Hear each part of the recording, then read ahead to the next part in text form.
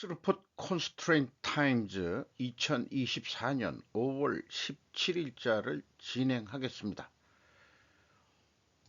오늘의 편집 내용은 주로 중국과 러시아의 정상회담 내용으로 전개되는 여러 뉴스들을 좀 편집해 봤습니다. 중러 회담이 이루어지는 그 시기에 이런 뉴스가 있습니다. 의견, 오피니언이라고 해가지고 조 바이든은 자신이 입은 재앙적인 피해를 알고 있습니까? 라는 다소 도전적인 제목으로 앨리스터 히스라는 사람이 이 텔레그라프에서 기고를 했습니다. 어, 조 바이든은 지미 카터 이후 최악의 미국 대통령입니다. 그는 미국의 친구들을 배신하고 적들에게 보상하는 것을 전문으로 하며 서방을 모욕하고 세계 남부의 독재자들에게 힘을 실어줍니다.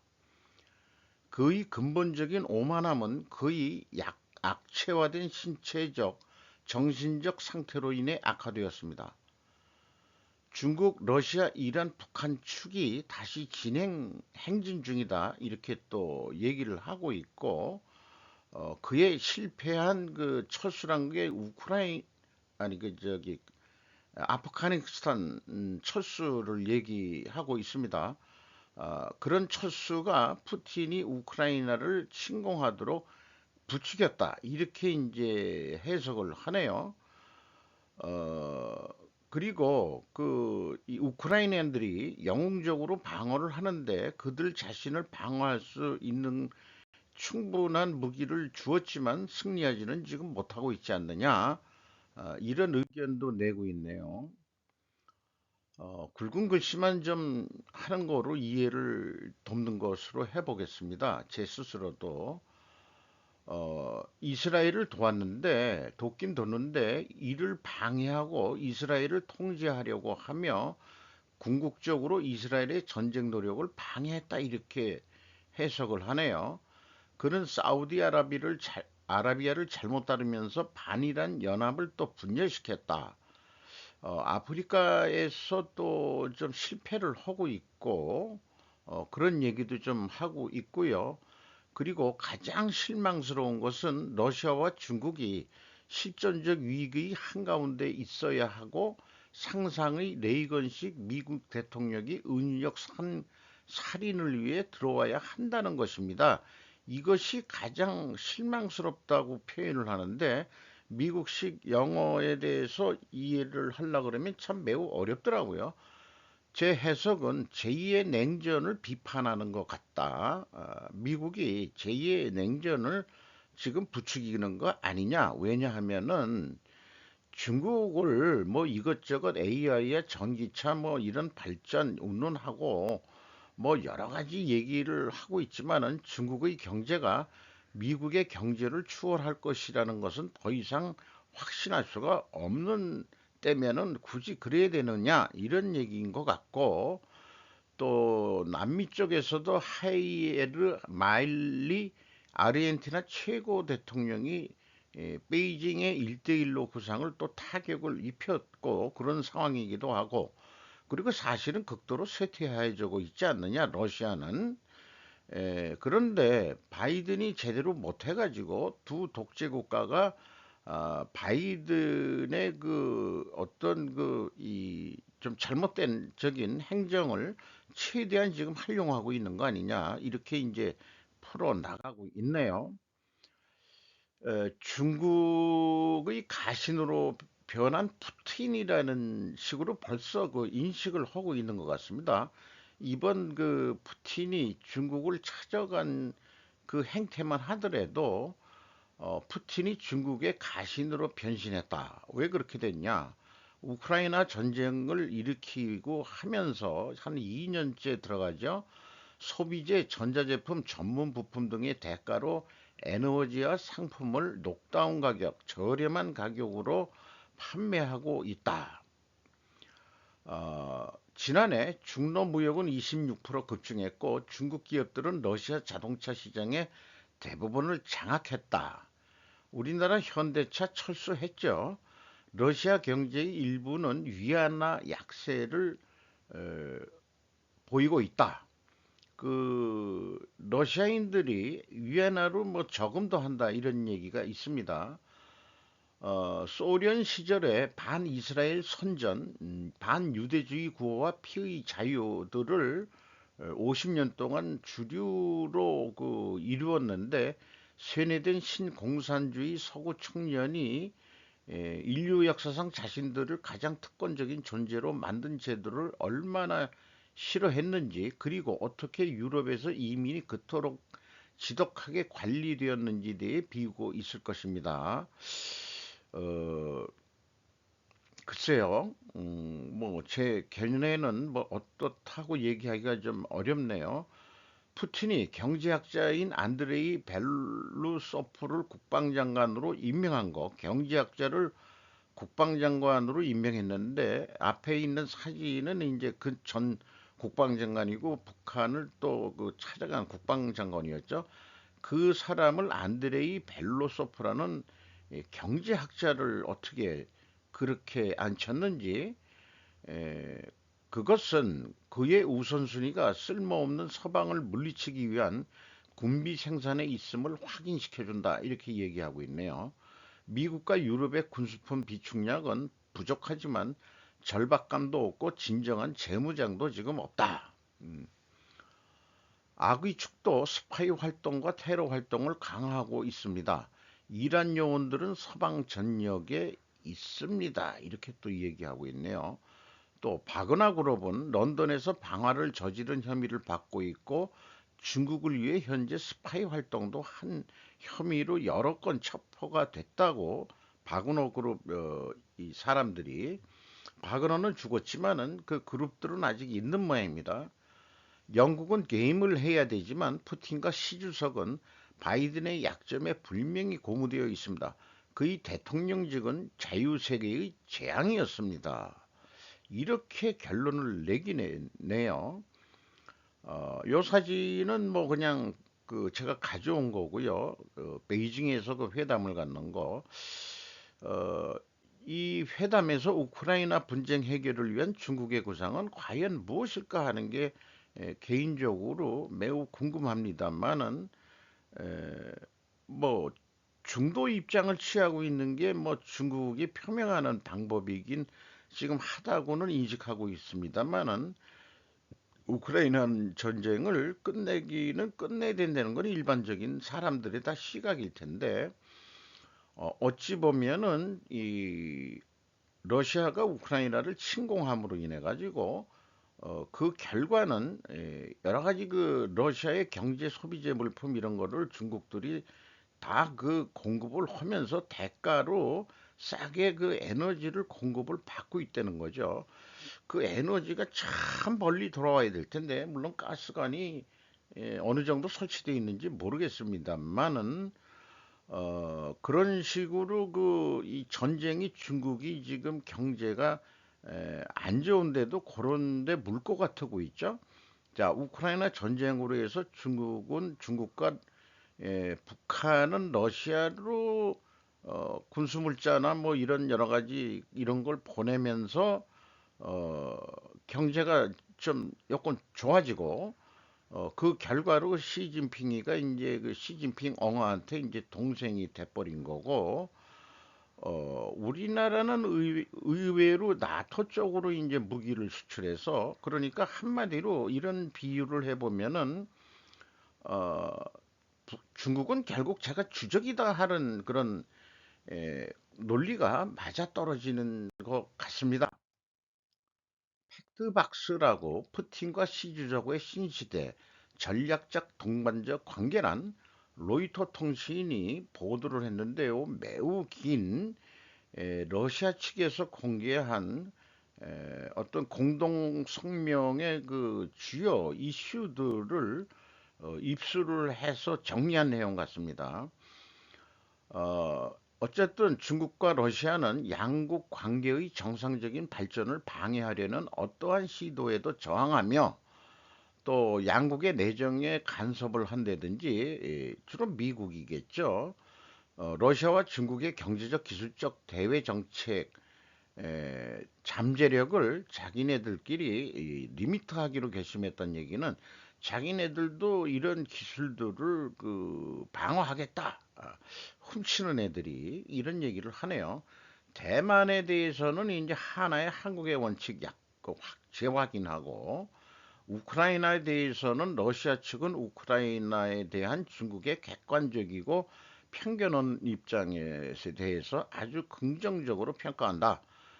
중국은 이 러시아와 우크라이나 전쟁에 대해서 음, 이쪽도 아니고 저쪽도 아니다. 이런 중간 입장을 취하고 있다는 거죠. 그거에 대해서 러시아는 뭐 긍정적으로 평가한다. 뭐 이런 얘기가 되겠고요.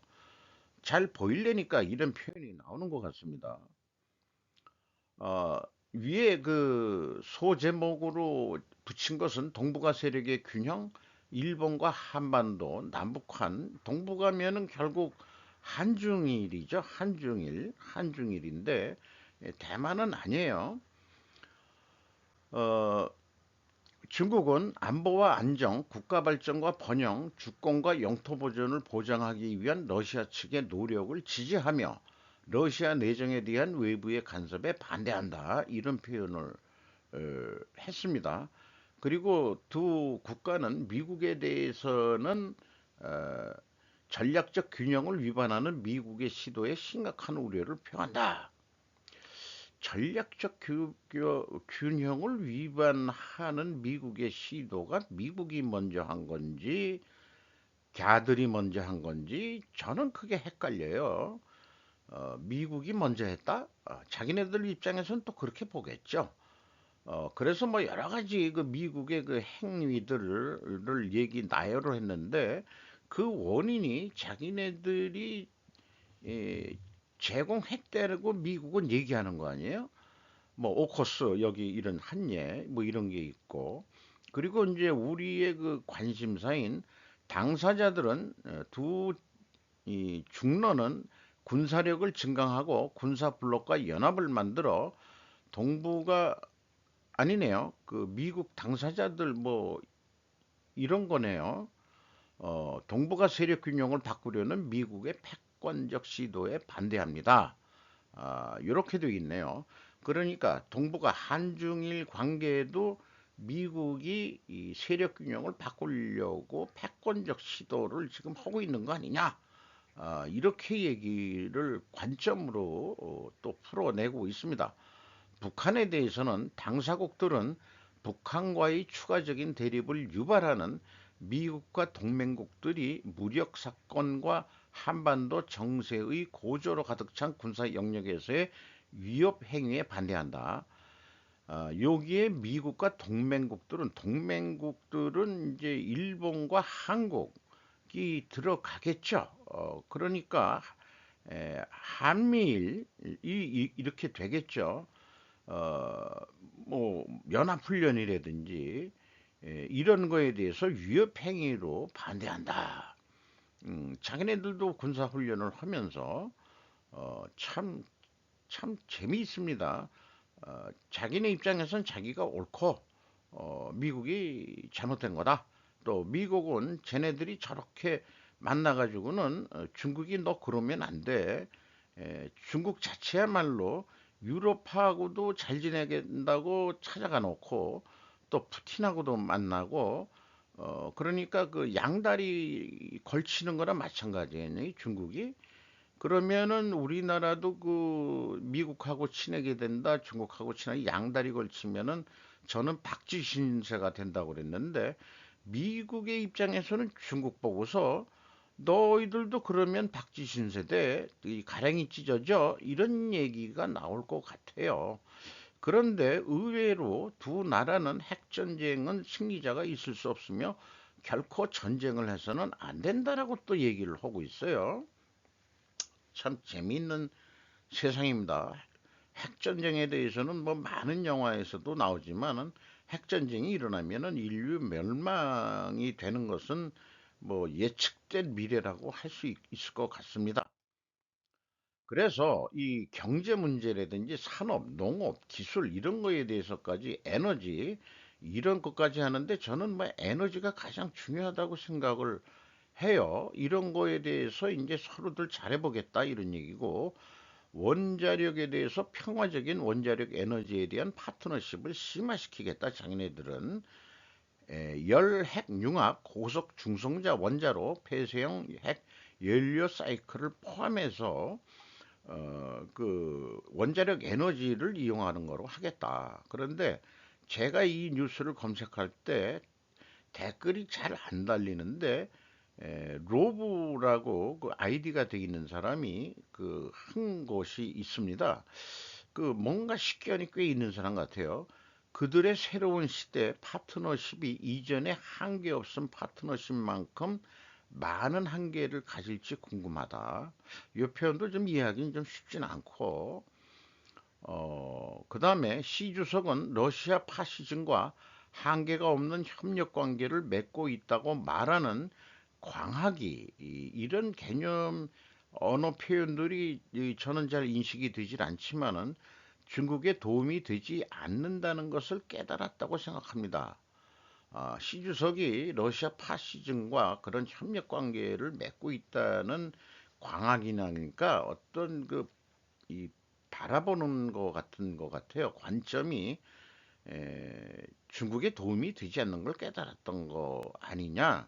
그러니까 좀 더 이 우크라이나 전쟁을 통해 가지고 중국과 러시아 관계가 자연스럽게 그 중국이 형님이 된 것 같은 요런 식으로 프로 이해를 해야 될 것 같아요. 시 주석은 푸틴의 상사로서 그에 따라 이름을 바꿨습니다. 그렇게 외부에서도 인식을 하고 있네요. 안녕, 러시아 소브하고서 이제 끊겼는데, 이 소브가 그 소비에트의 약자였던 것 같은, 그래서 이런 그 댓글이 있었다는 거, 하도 저 찾아봤습니다. 이제 다른 뉴스로 해설, 고리 푸틴과 회담, 시진핑 주석 노림수는 미국인가? 중러 정상회담은 아군 늘리기 수단. 그래서 야마자키 후미히로 지국장이 중계를 했어요. FNN이라고 프라임 온라인이라고 돼 있는데 자, 요거는 읽어볼 만합니다. 이 직접 가서 중계를 하는 그런 뉴스니까 중국의 입장은 중립이지만 그 주장은 평화와 교섭을 재촉한다. 정치적인 해결을 추진한다. 라고 하는 당연한 것뿐 단지 고립을 깊게 해 달리 의지할 나라가 없는 러시아 현상을 중국은 꿰뚫어 보고 있다고 말할 수 있다. 멋진 해석인 것 같습니다. 말은 평화를 유지해야 된다. 그 다음에 정치적 해결, 이런 어떤 선언적 의미로만 얘기를 하지, 완전히 뭐, 그, 러시아에 대해서, 그, 우크라이나 전쟁에 대해서 어떤 묘수를 내는 건 아니다 이거예요. 그러면서 이제 물건 팔아먹고 또 석유 받아먹고, 이런 유리한 위치는 지금 갖고 있는 거죠. 국제사회 비판이 높아지지 않을 정도로 러시아와의 관계를 유지하고 해결을 촉구해 국제사회에서 존재감을 키우고 있는 것도 틀림없다. 시 주석의 최종 노림수는 그 목적은 미국이라고 보여진다라고 일본 측에서는 보고 있는 것 같습니다. 최근 시 주석의 프랑스 방문에서는 미국이 호소하는 중국 포위망을 분단하겠다는 것이 목적이었다. 러시아의 관계도 결코 좋은 것은 아니지만 말하자면 미국에 대항하기 위한 아군을 늘리는 수단의 하나로 보여진다라고 얘기를 하고 있는 거네요. 그러니까 그 유럽을 찾아가서 잘 보자 이러면서도 푸틴을 만나는 것은 결국은 그 미국에 대항하기 위한 아군을 늘리자는 수단 아니냐. 이런 거로 보이는 거죠. 중국이 러시아뿐만 아니라 중남미, 중동 등 폭넓은 외교를 펼치고 있는 것도 미국과의 경쟁에서 이기 위한 것으로 풀이된다라고 중로 회담을 해서 결국은 이제 미국이 나올 수밖에 없는 거죠. 미국은 어떻게 대응할까? 그 뉴스를 또 찾아봤습니다. 여기에 제 생각을 여기다가 좀 넣어봤습니다. 과거 영러 그레이트 게임에서는 중러가 적대적이었다. 러시아는 연해주를 먹었고 심지어 뭐 조선까지 러시아가 먹으려고 그 부동항을 얻기 위해서 그랬는데 그래서 이제 일본하고 싸우게 됐었죠. 이제 중러가 더 친밀해지는 관계가 되었다. 한국인의 관심사는 이런 중러의 관계가 한반도에 미치는 영향일 수밖에 없다.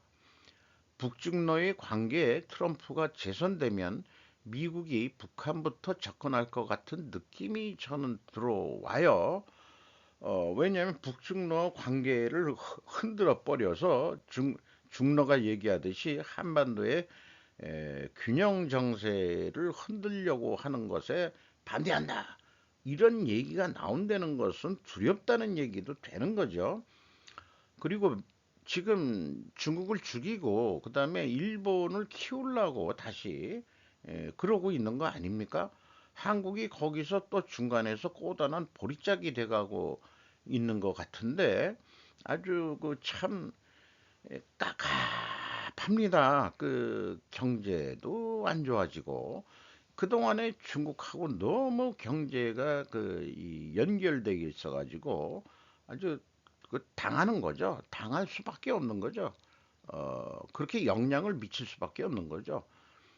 중국 죽이기라면은 남한의 경제도 죽을 수밖에 없다. 그래서 제가 저성장 구조로 간다 이렇게 얘기를 한 건데 그걸 벗어나려 그러면은 그 무역량이 미국이나 그 유럽 쪽으로 또이 다변화해서 중국 의존도를 확 줄여야 됩니다. 거의 뭐 싼 농산물이나 뭐 싸구려 이런 것만 들어오고 뭐 들어오더라도 그 정도로 거래를 하고 어, 그렇게 생각이 듭니다만은 차관 어, 이 문재인 정권 때 이제 또 그 김정은이하고도 트럼프가 만났었으니까 어, 북한이 만약에 친미 국가가 된다.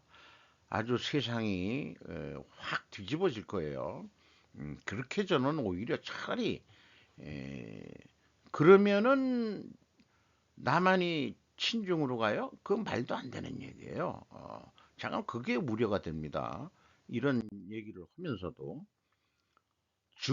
러시아는 중국의 속국이라고 국내 뉴스에서 아예 이렇게 얘기를 하네요. 푸틴 방중에 속내해가지고 정미아 기자가 조선비지에서 보도를 했는데 에, 결론은 우리나라 기자가 아, 취재해서 한 거 아니고 월스트리트 저널을 인용해서 보도를 한 거. 요 정도 우리나라 일본은 FNN 그 뭔가 그 북경 그 책임자가 중계를 할 정도인데 우리나라는 요 정도 수준뿐이는 안 되죠.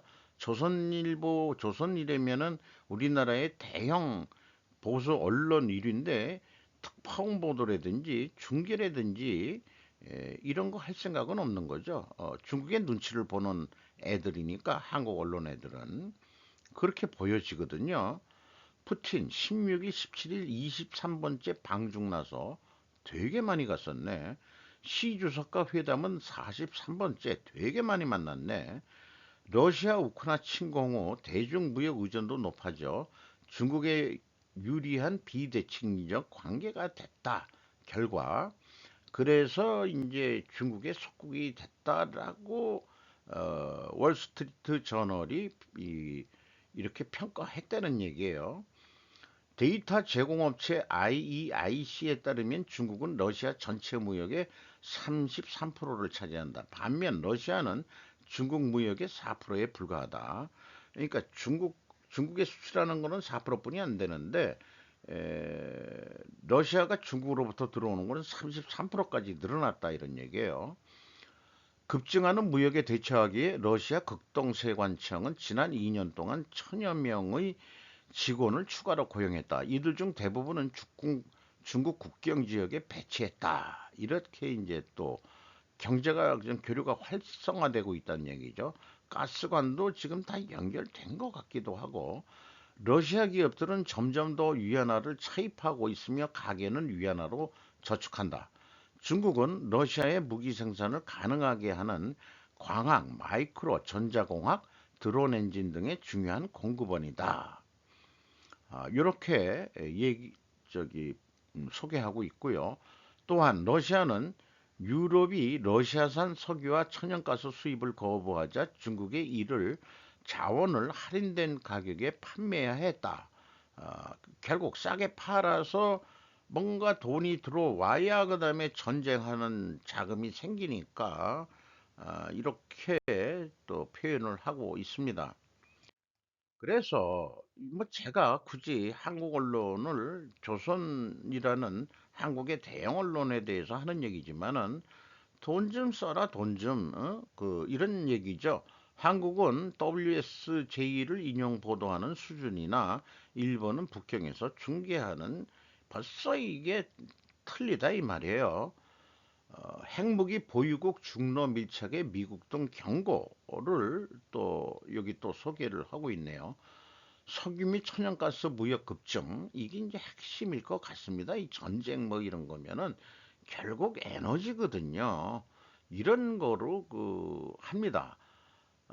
러시아가 소모전이 되어버린 우크라이나와의 전쟁에서 승리할 수 있을 것이라는 전망마저도 나오고 있습니다. 이렇게 어떤 지원이 이 지원이 된다면은 이렇게 이제 해석이 되기도 하네요.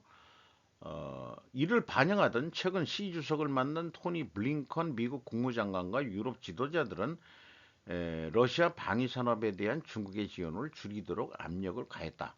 브링컨 장관은 지난 4월 러시아의 방위 산업의 가장 큰 기여자는 중국이라고 지적했다. 블링컨이 다시 중국에 간다는 뉴스가 언뜻 비친 것 같습니다. 외무장관을 또 만난다고 하는 것 같은데요. 정말 왕이가 좀 엄청 바빠요. 또한 미국은 중국이 민간 및 군사 목적을 갖춘 이중용도 물품 무역을 취급하는 중국은행에 대해서도 조치할 수 있다. 자기네들이 글로벌 금융 이런 유통 이런 전자 유통망 이런 것들은 꽉 쥐고 있으니까 그러니까 이제 중국하고 러시아는 위안화로 거래를 하자. 그거 이 미국이 주도하는 국제 글로벌 금융량을 피해서 우리끼리 그냥 하자. 이렇게 해서 지금 무역 거래도 위안화로 하고 있다는 거 아니에요. 그러니까 옛날에는 러시아가 뭔가 외화를 가지고 있으면 달러를 가지고 있어야 안심이 되는데 이런 식이 되면은 이제 완전 중국의 종속국이 돼가지고 달러를 가지고 있는 거. 그렇게 또 얘기하면은 러시아가 중국의 속국이 됐다 그러면은 또 뭐 그렇게 또 비판을 한다 그러면은 사실은 한국과 일본도 뭐 미국의 속국이나 마찬가지죠 뭐. 그러니까 상대방이 볼 때는 그렇다 이거예요. 어, 자, 각 각각의 나라들은 자기 국가 주권을 얘기하지만은 실질적으로는 영향을 받고 있는 거 아니냐 이런 건 솔직하게 얘기해야 될 거라고 생각합니다. 속국 맞아, 속국 맞아. 그래서 협력해서 살겠다는데 뭐 어쩔 거야 이렇게 이제 얘기를 할 수밖에 없는 거 아니냐. 미국 시진핑 푸틴 회담에 대해 중국 양손에 떡질 수는 없다 경고. 그러니까 이제 이렇게 또 뉴스가 나올 수밖에 없는 거죠. 최석진 기자 위키리크스에서 5월 17일 오늘 이제 어저께까지는 5월 16일자 보도고 중국 정부가 러시아 및 서방과 동시에 관계를 유지할 수 없다고 경고했다. 베단트 파텔 국무부 부대변인은 왜 부대변인 정도가 나와서 얘기를 하네요. 중국은 양손에 떡을 질 수는 없다. Can't have its cake and eat too. 영어를 제가 좀 약하지만은 유럽의 가장 큰 안보 위협이 되는 동시에 유럽을 비롯한 다른 나라들과 좋은 관계를 유지할 수 없다고 비판했다. 중국은 러시아의 국방 산업을 지원하며 우크라이나뿐만 아니라 유럽의 안보 역시 위협하고 있다. 북중러 밀착에 대해서는 우리는 오랫동안 중국과 러시아가 북한의 도발 및 부주의한 안보 저해 행위를 돕는 데 역할을 해왔다고 보고 있다.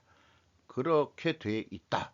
시 주석은 이 자리에서 근본적인 사태 해결을 위한 새로운 안보 프레임을 구축하고 제안했다고 하고, 푸틴 대통령은 중국의 건설적인 역할을 환영한다고. 새로운 안보 프레임이라는 게 도대체 뭔지, 에, 글쎄요. 자기네들은 뭐 그냥 경제적으로 계속 도와줄게 뭐 이런 선인지, 새로운 안보 프레임, 매우 궁금한데 구체적인 내용이 나온 거는 없습니다. 자, 라인에 대한 얘기네요. 오래간만에 그 아사히 신문 외교 전문 기자 마키노 아이히로가 어, 아주 그 객관적인 입장에서 이 보도를 해준 것 같습니다. 라인 자본관계 재검토 문제 강탈이다. 화내는 한국이라는 제목과 함께 떠오르는 일본의 약점, 노출되는 일본의 약점에 대해서 얘기를 하고 있습니다. 뭐 라인 뉴스가 많이 나왔죠. 일본의 대응을 비판하는 한국 미디어 한마디로 이랬었고, 관망하던 윤 정부도 유감이라고 표현을 했고, 그런데 뭐 요 정도 나와가지고 되겠냐고 제명이는 이또 히로부미 그 손자놈이 이 찬탈을 또 침탈을 한다 이런 식으로 이제 에, 나왔죠. 음, 윤 정부는 신중하게 지금 처신을 하려는 것 같은데, 어, 그래서 한국의 얘기를 그 한국의 입장을 그 일본 이 기자는 한국에 많이 주재 활동을 했던 것 같아요. 좀 친한 파가적인 것 같은, 뭐 꼭 그렇게 얘기해야 될지 어떨지 모르지만은, 기자들이라는 게 팩트 객관적인 것만 취급을 하는 거니까. 한국 한 정부 당국자는 이번 사태에 대해 국민의 개인 정보를 다른 나라에 빼앗기는 사태를 막겠다는 일본의 생각은 충분히 이해할 수는 있다. 동시에 이 당국자는 다만 일본인은 원래 어째서 이런 사태를 이르렀는지를 근본적으로 니들이 생각을 해봐라.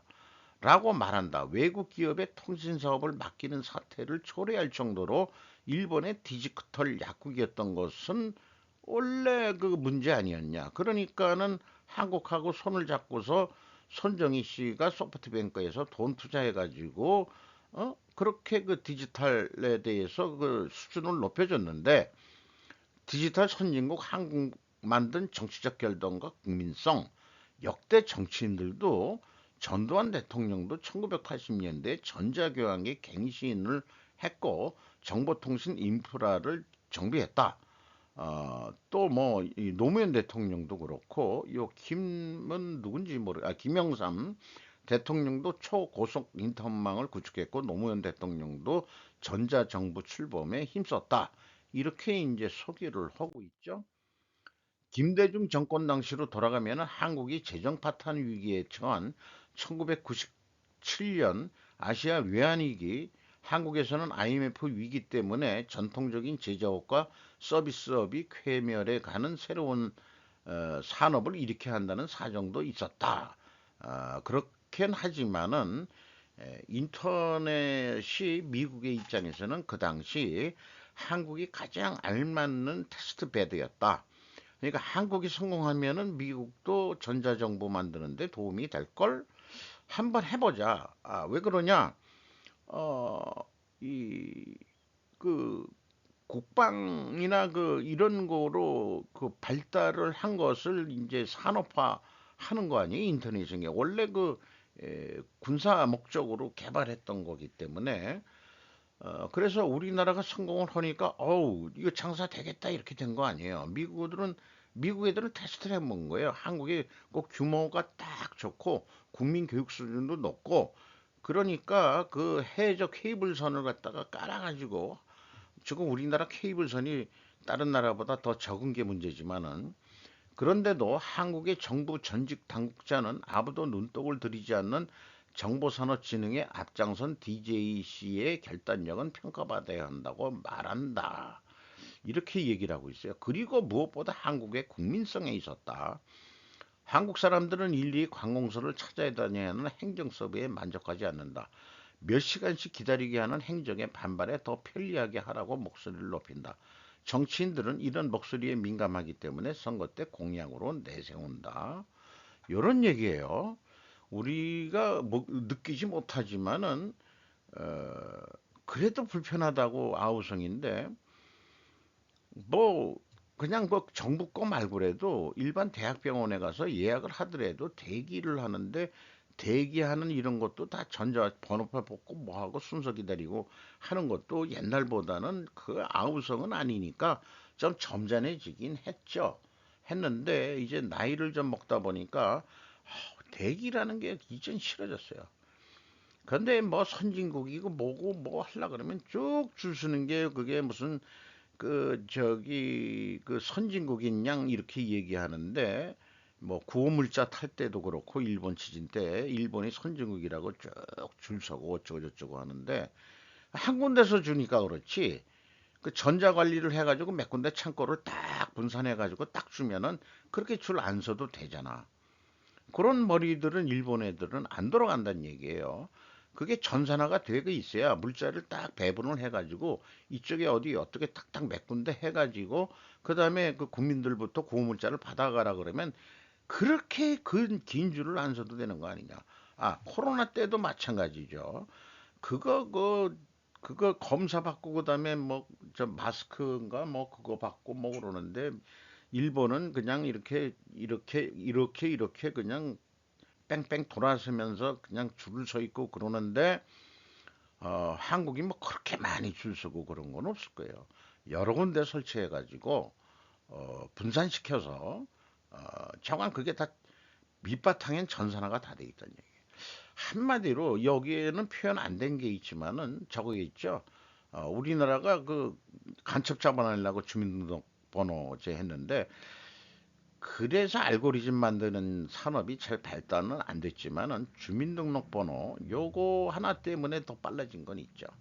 사실은 우리 한국 사람들은 이 독재국가 감시국가처럼 그냥 정부가 목적이 있어서 제가 지금 뭐하고 자빠졌는지 알아보려고 그러면은 이거 휴대폰도 있으니까 여기 휴대폰이 있으니까 그냥 금방 다 알아요. 그 정도 수준이죠, 한국은. 그러니까 일본에서 이런 뉴스가 라인 사태에 대해서 나왔네요. 의대 정원에 대한 문제인데 생물학자 최재천의 해법. 의대 정원 이렇게 꼬일 이유가 없다. 이기영 기자 중앙일보 논설위원인데 나이 든 여성 기자분이 논설위원이 되셨네. 자관 여성들이 그 언론 계통에 많이 그 되고 높은 자리에 이제 많이 올라가고 있는 한국의 시대를 봅니다. 동물학자 최지천 교수가 내놓는 사회갈등 해법. 그 해법론으로 숙론을 제시했다. 깊이 생각하고 충분히 의논하자는 뜻으로 토론이란 말이 말꼬리 잡는 치졸한 말싸움으로 이미지가 오염돼 버렸다며 그가 대신 선택한 단어다. 뭐 수기민주주의 뭐 이런 거하고 같은 개념인 것 같은데 대충 얘기하고 밀어붙여 사달 힘들고 길어져도 숙론이 지름길 토론문화 말사는 일제의 잔재 요거 좀 여기 와서 조금 좀 그래요. 주입식 식민화 교육의 전통 일어 요것도 이 친구가 미국 교육을 받아가지고 그렇게 또 이 우리나라의 교육을 우리가 못한 게 아니고 일제의 잔재다 이런 식으로 얘기를 한다. 왜냐? 아, 요맨 밑에 조선시대 임금도 갱년토례 토론을 했는데 왜 우리나라가 그렇게 됐느냐 이런 얘기죠. 말꼬리 잡고 언쟁을 일삼는 국회 상대 제압보다 합의 집중해야 뭐 이런 식으로 꼭 길게 포로해 나갔습니다만은 우리 국민을 그 위로를 한답시고 우리가 왜 그렇게 될 수밖에 없었냐 하는 거를 일제의 주입식 교육 뭐 그다음에 그이 토론 문화를 말살해 모이면은 토론을 하고 토론하려면 모여야 되니까 모이는 거를 자꾸 막을래니까는 이렇게 된 거 아니냐 그런 생각 하게 됩니다만은 역사 인식은 조금 저하고 좀 약간 그 이해가 좀 서로 틀리네요. 지금 그 요 밑에 양력이 있는데 이 친구가 이제 저하고 갑장이네요.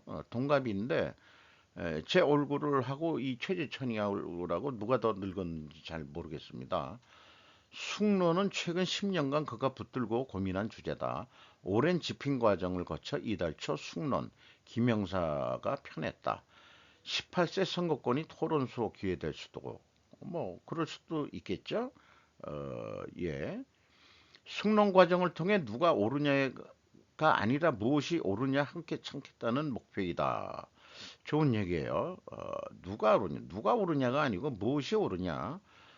근데 옳고 그름을 따지는 게 아니고 사실은 그, 그, 그 합리적 의사 결정이다 이런 얘기면은 그게 생존 그러니까 이 그 동물학 했던 자연학인데 생태학이라고 얘기할 수 있습니다만은 생존을 했어야 그게 옳은 옳은 선택이다 이거죠.